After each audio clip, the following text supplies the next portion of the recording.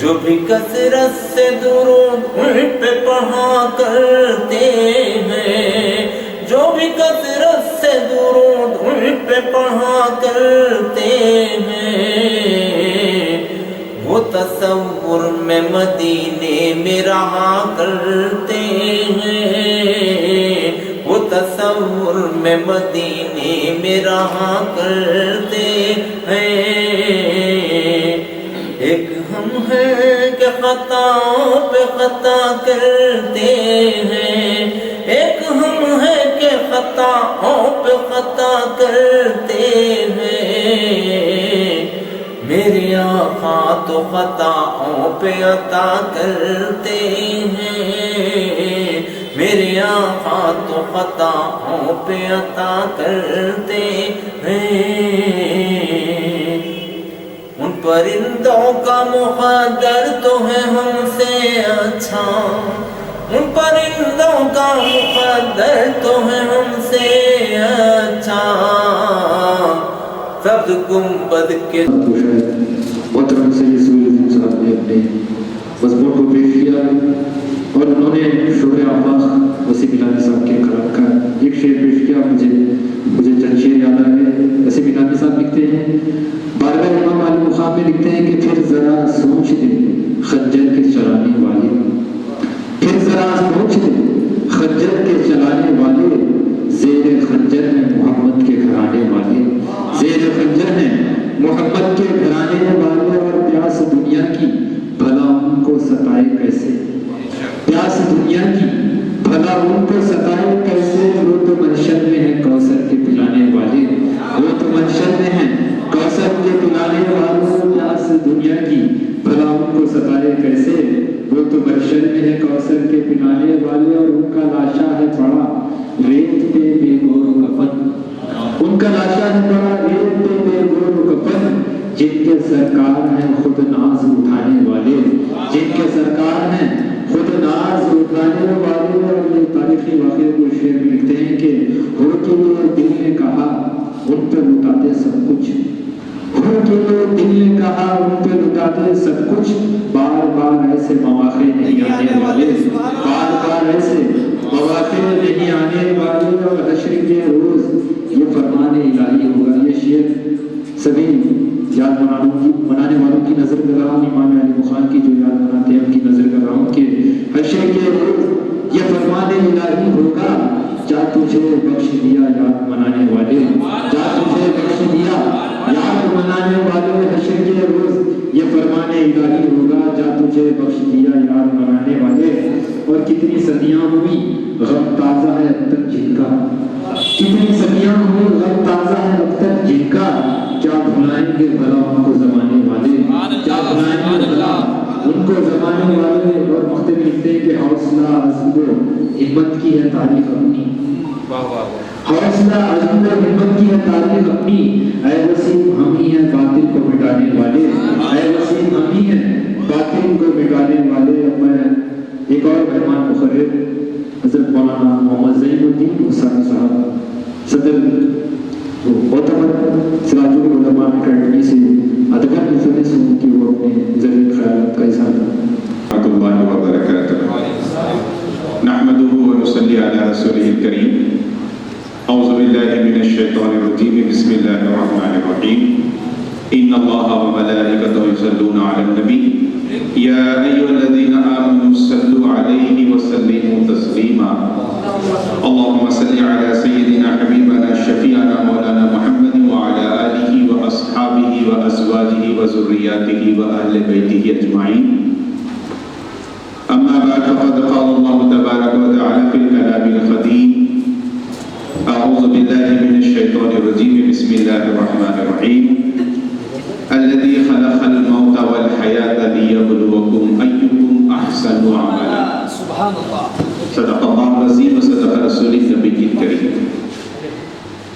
Stage پر جلوہ افروز قابل عزت احترام علماء اکرام، مشائخ نظام، شعراء اکرام، اور بہت ہی اخلاص کے ساتھ جلسے کو سماعت فرمانے والے معزز سامعین حضرات،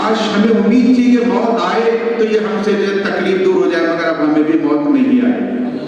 تو میرے دوستوں، عزیز اور بزرگوں، اللہ نے یہ جو ہم کو زندگی عطا فرمائی ہے، اس کا مقصد بھی اللہ نے بتا دیا ہے۔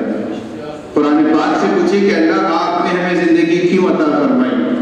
اللہ فرماتا ہے کہ میں نے نہیں پیدا کیا ہے جن اور انس کو، وما خلقت الجن والانس الا لیعبدون، مگر یہ کہ تم ہماری عبادت کرے۔ تو ہمارا مقصد پیدائش اللہ کی عبادت۔ حضرت مولانا جلال الدین رومی رحمۃ اللہ علیہ فرماتے ہیں کہ زندگی آمد برائے بندگی، زندگی بے بندگی شرمندگی۔ آج دیکھیے 8 سال کا عرصہ گزر جانے کے بعد بھی آج ہم ایک شاعر رسول کو یاد کر رہے ہیں، ان کی خدمت قلب، خدمت رسول صلی اللہ علیہ وسلم کی یعنی خدمت کی وجہ سے آج ہم کھینچے آئے ہیں۔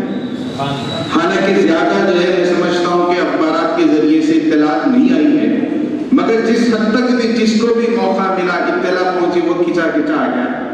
بہت سارے لوگ آنا چاہتے تھے ہو گئے، لیکن کسی وجہ سے مصروفیت کی وجہ سے نہ آ سکے، وہ الگ مسئلہ ہے۔ میں تو منتظر تھا مغرب سے ہی، ہمارے سلیم صاحب نے فرمایا کہ تھوڑا سا تاخیر ہوگی شاید، تو میں نے کہا کہ آپ کے فون کا میں منتظر رہتا ہوں، 10 منٹ کا راستہ ہے، آپ کا فون آتے ہی آ جاتا ہوں۔ اب گھڑی دیکھ رہا ہوں، اب فون آتا جب آتا دیکھو سگنلز تو نہیں بند ہو گئے، کہیں بچے کو جو سائلنٹ تو نہیں کر دی، چونکہ مجھے خواہش تھی آنے کی۔ دیکھ کے میں خود فون ملا دیا، پھر کچھ دیر کے بعد وہ کال بیک کر کے بولے جلسہ شروع ہو گیا، آپ جلدی آ جائیے۔ کیوں؟ نسبت رسول، شاعر رسول کی نسبت سے مجھے کھینچا۔ سبحان اللہ، سبحان اللہ۔ آپ غور فرمائیے، اللہ نے یہی فرمایا کہ ہم نے زندگی تمہیں اور موت کو، زندگی اور موت کو ہم نے اس لیے پیدا کیا ہے تاکہ دیکھیں کہ تم میں سے کون ہے جو نیک عمل کرتا ہے۔ اللہ تو اللہ الغیوب ہے، اللہ کو تو کوئی چیز دیکھنے کی ضرورت نہیں، وہ تو سارے فیصلے فرما چکا ہے، ہمیں دکھانا چاہ رہا ہے۔ الذی خلق الموت والحیات لیبلوکم ایکم، تم میں سے کون ہے، دیکھیں کہ تم دیکھو کہ کون ہے تم میں سے جو احسن عمل، نیک عمل کرتا ہے۔ زندگی تو ختم ہو چکی ہے، لیکن اب ان کی یاد کے ذریعے سے ان تک جو ہے ہم ثواب جاریہ پہنچا سکتے ہیں۔ بہترین ذریعہ ان کا کلام ہے جس کو انہوں نے چھوڑ کر گیا، اس کو پڑھتے جائیے، اللہ تعالیٰ انہیں اس کا اجر عطا فرما۔ ابھی آپ نے ہمارے محترم سہیل عظیم صاحب سے ایک شعر سنا ہے، ان کے بھائی صاحب نے اور آگے کے اشعار سنا دیے ہیں۔ ایسا نظر آ رہا تھا سننے سے کہ 100 سنار کا ایک لوہار، ضرب لگے جیسے اشعار، ناصحانہ اشعار، اور اخلاص کے ساتھ ایک ایک شعر کو جو ہے عشق نبی میں ڈوب کر نکالے جیسا محسوس ہوتا ہے۔ اہل بیت کی محبت کا بھی انہوں نے بہترین انداز سے اختیار کیا۔ یہ جو شعراء کرام ہیں، کبھی کبھی ان کی زندگی پر مجھے رشک آتا ہے۔ میں نے شاعری شروع نہیں کی ہے، کچھ لکھا ہوں بے ترتیب، مگر مجھے بہت شوق ہے، اب سے نہیں، تقریباً 28-30 سال، اب تو 42 سال کی عمر ہے، لیکن 10-12 سال کی عمر سے میں نے مشاعرے اٹینڈ کرتا ہوں۔ شروع میں تو شوق اتنا تھا کہ لکھ بھی لیتا تھا، شعراء کرام سناتے تھے، لکھتا تھا، ہے مجھے نسبت۔ کیوں؟ یہ کوئی معمولی کام نہیں، شاعری سننا، شاعری کرنا، یعنی نعت کا لکھنا، سننا، سنانا، سب عبادت ہے۔ اور سب سے بڑی بات مدحت رسول سنت الہیہ ہے۔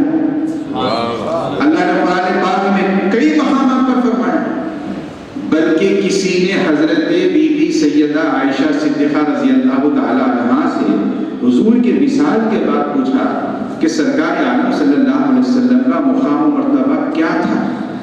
آپ نے سنتے ہی فرمایا، کیا تم نے قرآن نہیں پڑھا؟ قرآن میں جگہ جگہ اللہ نے ان کی عظمتوں کو، ان کی رفتوں کو بیان فرمایا۔ آپ دیکھیے سب سے بڑی رسول پاک علیہ السلام کی جو رفعت ہے، عظمت ہے، جس کو اللہ نے فرمایا ہے وَرَفَعْنَا لَكَ ذِكْرَكَ۔ سبحان اللہ۔ عام طور پر ہم اس آیت کو ایسے ہی سن کے ترجمہ کر لیتے ہیں، جی نہیں، اس کی گہرائیوں پہ جائے۔ وَرَفَعْنَا، اور اے حبیب ہم نے ارفع کیا، کسی اور نے نہیں، ساری مخلوق جتنی بھی اللہ نے پیدا کی سب مل کر بھی بدعت رسول کریں تو اس سے رسول پاک کا درجہ نہیں بلند ہوتا، کرنے والوں کا درجہ بلند ہوتا، کیونکہ کائنات میں اللہ نے کسی مخلوق میں صلاحیت ہی نہیں رکھی کہ آقا کا مقام بڑا کرے، سوائے اس کے کہ پروردگار عالم کی سنت ورفعنا، اے حبیب میں نے ارفع کیا، میں نے بلند کیا ہے۔ اب آپ دیکھیں اصل اس آیت کا جو بیچ کا حصہ ہے وہ گویا کہ ہے سینٹر پوائنٹ جس کو ہم کہتے ہیں ورفعنا لکا، آپ کی خاطر، یعنی رب ہو کر حضور کی رضا فرما رہا۔ ایسے بہت سارے بھی آیتیں آپ کو ملیں گے، قد نارا تقلب وجهك في السماء فلنولینک قبلۃ فترضاها، اے حبیب آپ کا آسمان کی طرف چہرہ اٹھانا ہم دیکھ رہے ہیں۔ سبحان اللہ۔ بیت المقدس کی طرف نماز ادا کی جا رہی تھی، میرے آقا کے قلب مبارک کی کیفیت زبان اقدس سے آپ نے کبھی نہیں فرمایا، نہ دعا فرمائی نہ اظہار فرمایا کہ کاش کعبۃ اللہ ہمارا قبلہ ہو جائے۔ یہ آپ کے قلب مطہر میں یہ کیفیت، یہ سوچ، یہ خیال پیدا ہو رہا ہے۔ کبھی کبھی آسمان کی طرف آقا چہرہ اٹھا رہے کہ جبریل شاید کہ آیت تبدیل کعبے کی، قبلے کی تبدیل کی آیت نہ لے کر نہ آ جائے۔ اللہ کو وہ ادا اتنی پسند ہے، یہ نہیں فرما رہا حبیب قبلے کی طرف پلٹ قد نارا تقلب وجهك، آپ کا آسمان کی طرف چہرہ اٹھانا، یعنی اللہ حضور کے چہرے کو تک رہا ہے، اس ادا کو پسند فرما رہا ہے۔ آسمان کی طرف آپ کا چہرہ اٹھانا ہم بار بار دیکھ رہے ہیں۔ قد نارا تقلب وجهك في السماء فلنولینک قبلۃ، بس ہم ہے بھی آپ کو اسی قبلے کی طرف پلٹا دیتے ہیں ترضا، جس سے آپ راضی۔ سبحان اللہ۔